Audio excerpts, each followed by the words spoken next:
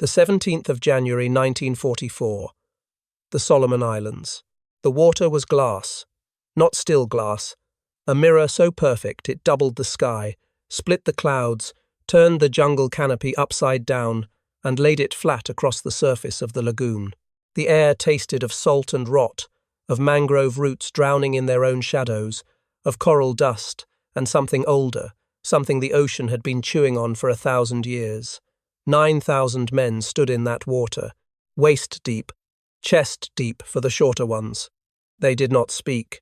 The only sound was the soft lapping of water against canvas packs, the distant screech of a cockatoo, and the low hum of American patrol boats idling somewhere beyond the reef, invisible but present, like the future itself. They had entered the lagoon at dawn, the Japanese garrison on Bougainville, moving in disciplined columns through the shallows, their rifles held high, their eyes scanning the tree line for the enemy they believed was retreating. Intelligence had told them the Americans were pulling back, consolidating, abandoning this stretch of worthless swamp for higher ground.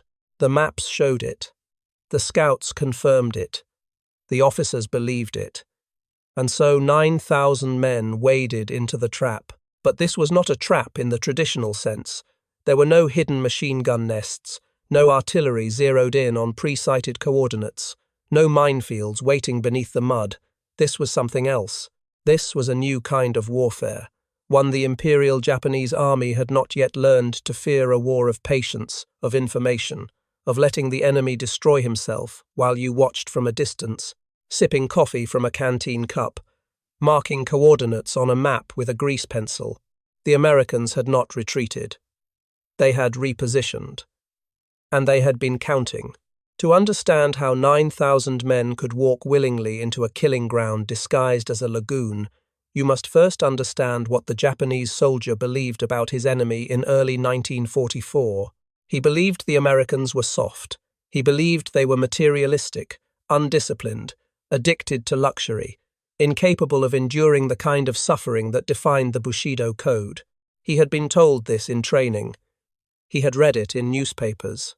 He had heard it in the speeches of officers who had never seen an American up close, who had never watched a Marine dig a foxhole in volcanic ash while eating a chocolate bar, who had never witnessed the strange paradox of a nation that could mass-produce both ice cream and death with equal efficiency. The Japanese soldier carried 30 pounds of equipment.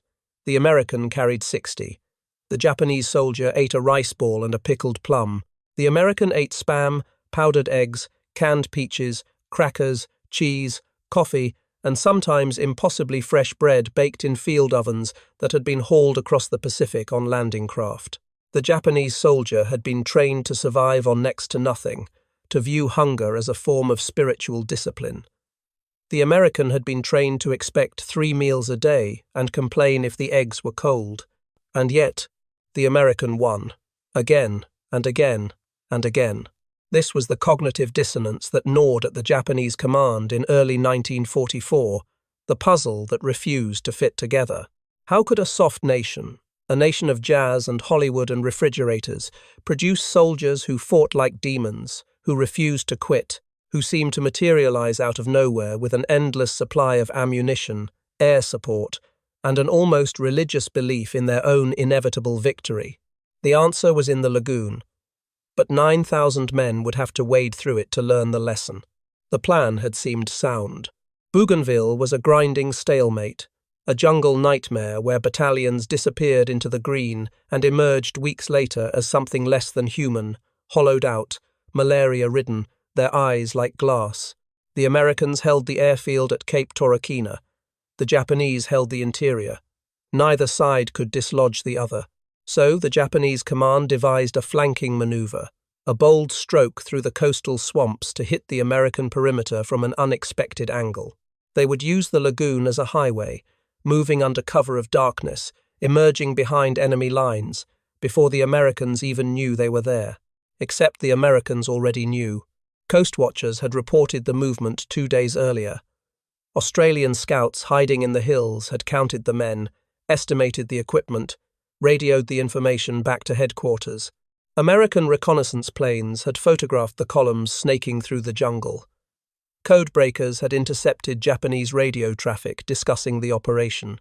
By the time the first Japanese soldier stepped into the lagoon, the Americans had already positioned artillery, repositioned infantry, and called in air support on standby. But they did not fire. Not yet. They waited. There is a phenomenon in warfare that historians rarely discuss, a psychological element that exists somewhere between strategy and cruelty. It is the decision to allow an enemy to commit fully to a mistake before punishing him for it, to let him wade deeper into the water, to let him believe, for just a few more minutes, that he has succeeded, that his plan is working, that victory is within reach, and then to take it all away. This is what happened in the lagoon. The Japanese columns moved slowly, methodically, their officers consulting maps, their scouts signaling all clear. The water deepened, the mangroves closed in, the sun climbed higher, turning the lagoon into a mirror of blinding light. Some men began to sweat through their uniforms. Others felt the first tug of current, the realization that the tide was shifting, that the lagoon was not static but alive, a breathing thing with its own agenda. Still, they moved forward. And still, the Americans waited. There is a photograph, though few have seen it, taken from a reconnaissance plane on the morning of the 17th of January 1944. It shows the lagoon from above, a dark blue expanse ringed by jungle, and in the center, a long, dark line, 9,000 men, visible from the air, exposed, trapped by their own ambition and the geometry of shallow water. The photographer was a young ensign from Iowa, 22 years old, who would later say he felt like God looking down at something inevitable, something already written into the future tense. He snapped the photo. The plane banked left. The order was given.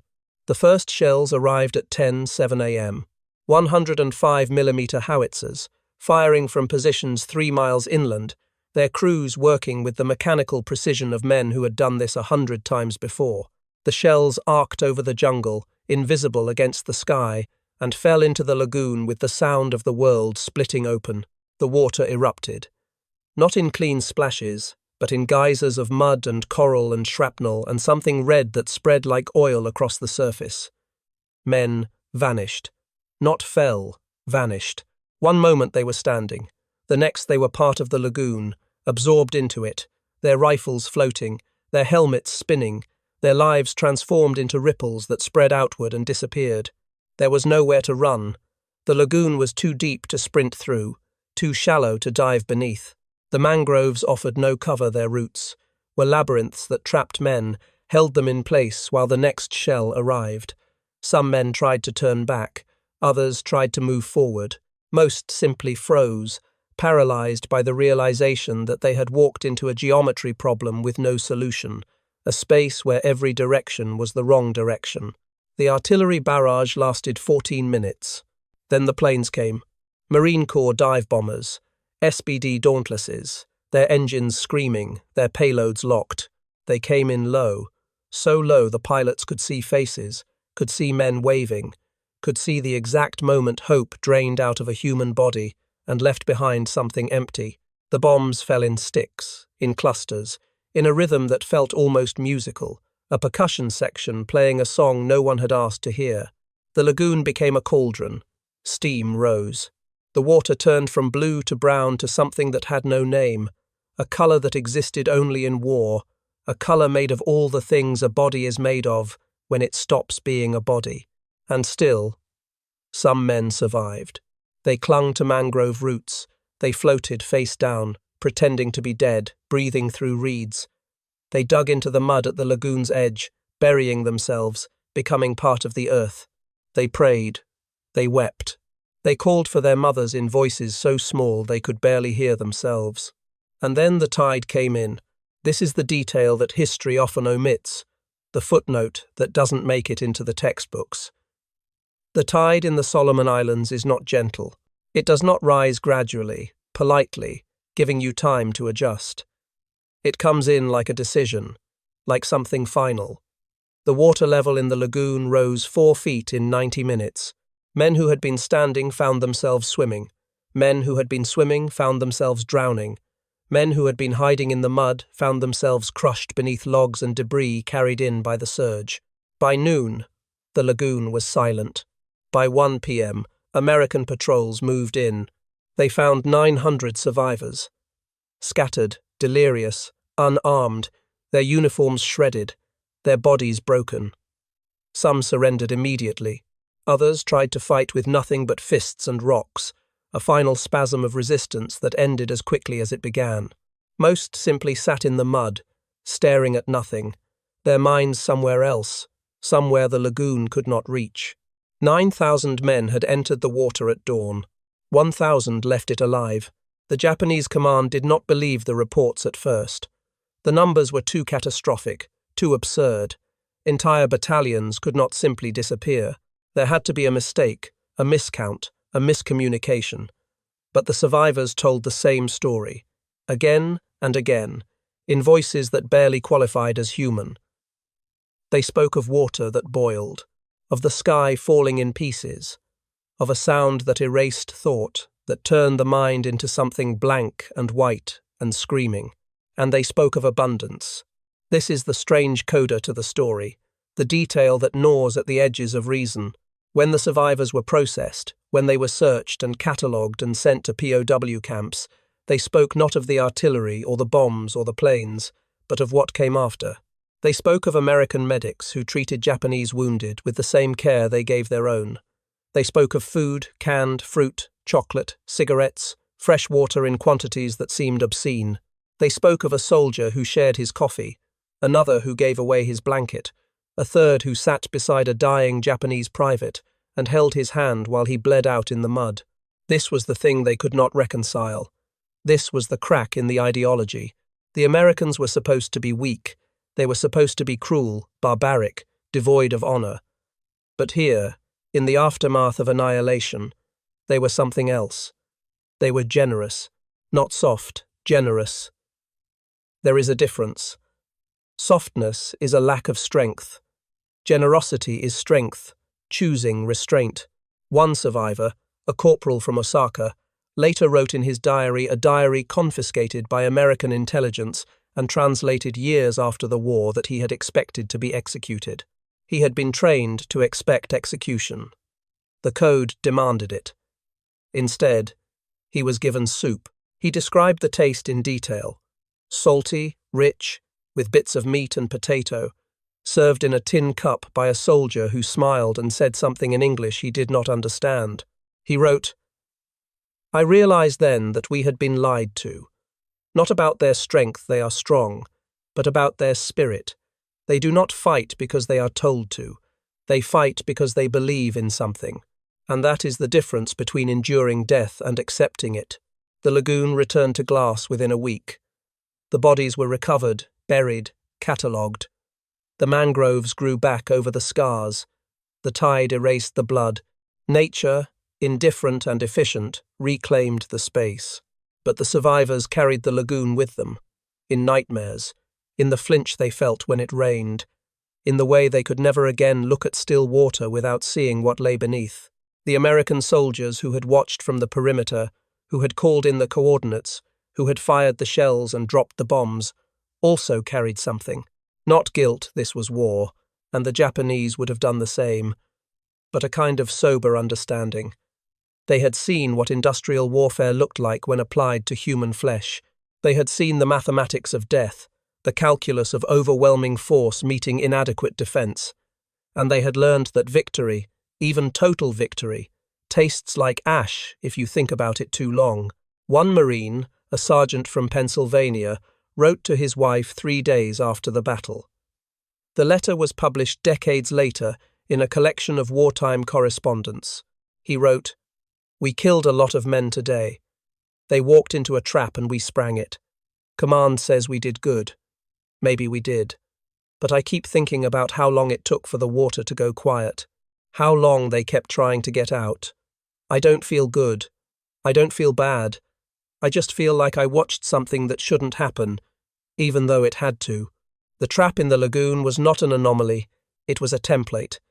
In the months and years that followed, the pattern repeated across the Pacific. At Peleliu, at Iwo Jima, At Okinawa, the Japanese, bound by a code that valued death over surrender, walked again and again into killing grounds of their own making, believing that spirit could overcome steel, that willpower could stop a bullet, that the Americans, with their ice cream and cigarettes and jazz records, could not possibly endure.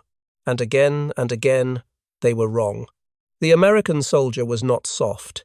He was pragmatic. He did not romanticize death. He feared it, hated it, tried to avoid it, but when forced to confront it, he did so with every tool his nation could provide: artillery, air support, intelligence, logistics, and a supply chain so vast it could deliver chocolate bars to the middle of a jungle on the other side of the world. This was the lesson the Lagoon taught, though it was a lesson learned too late, paid for in the lives of 9,000 men who believed a lie. There is a memorial now, on Bougainville, erected decades after the war, a simple stone marker, weathered by salt and wind, with names carved in Japanese characters, too many to count, too many to remember individually. Locals call it the Lagoon Stone, though the official name is something longer, something that translates roughly to place where the water remembers. Tourists do not visit. The jungle has reclaimed the roads. The lagoon is still there, still glass on calm days, still reflecting the sky. Fish swim in it. Birds drink from it. Children from the nearby village sometimes play at its edge, splashing in the shallows, unaware that they are wading through history, through the dissolved atoms of men who once believed they were invincible. History does not haunt places. Places do not remember. Only people remember. And as the survivors died, one by one, as the decades turned them from soldiers into old men into ghosts, the memory of the lagoon faded, became a footnote, became a statistic, became a story that historians tell when they want to illustrate a point about tactics or hubris, or the inevitable triumph of material superiority over ideological fervour. But the lagoon is still there, and if you stand at its edge on a quiet morning, when the water is glass and the air tastes of salt and rot, you can almost hear it, not voices, not screams, but something older, the sound of 9,000 men learning, too late, that the world does not care about your code, your training, your belief in destiny.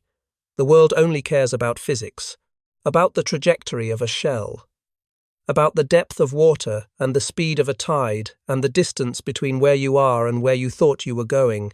The trap in the lagoon was not a trap at all. It was a mirror. It reflected back to the Japanese everything they had refused to see about their enemy, about the war, about the nature of the world they were trying to conquer. They had walked into that water believing in a narrative that sacrifice equals victory, that spirit trumps steel, that the Americans, drowning in their own abundance, could never match the purity of their purpose. And they drowned in that belief. The Americans, by contrast, believed in something simpler. They believed in winning. Not dying well, not dying honourably, just winning. And when presented with 9,000 men wading through a lagoon, exposed and vulnerable, they did not hesitate. They did not debate the morality. They did not question the necessity. They simply did what the moment required, with every resource at their disposal, and then they moved on to the next objective. This is not a story about good versus evil.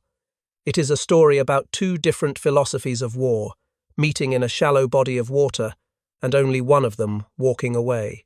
The Japanese soldier was taught that death was the highest honor. The American soldier was taught that survival was the highest duty.